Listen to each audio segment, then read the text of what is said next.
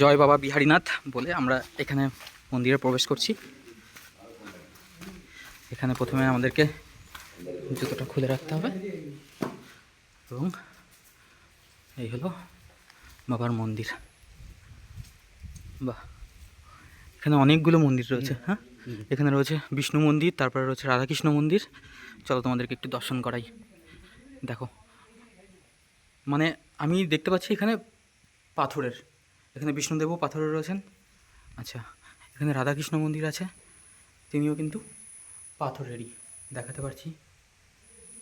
এই দেখো, জয় রাধা কৃষ্ণ। আচ্ছা, এখানে রয়েছে একটা নিম গাছ, কত বড় নিম গাছটা, জাস্ট দেখো। দাদা আমাদেরকে গাইড করছে।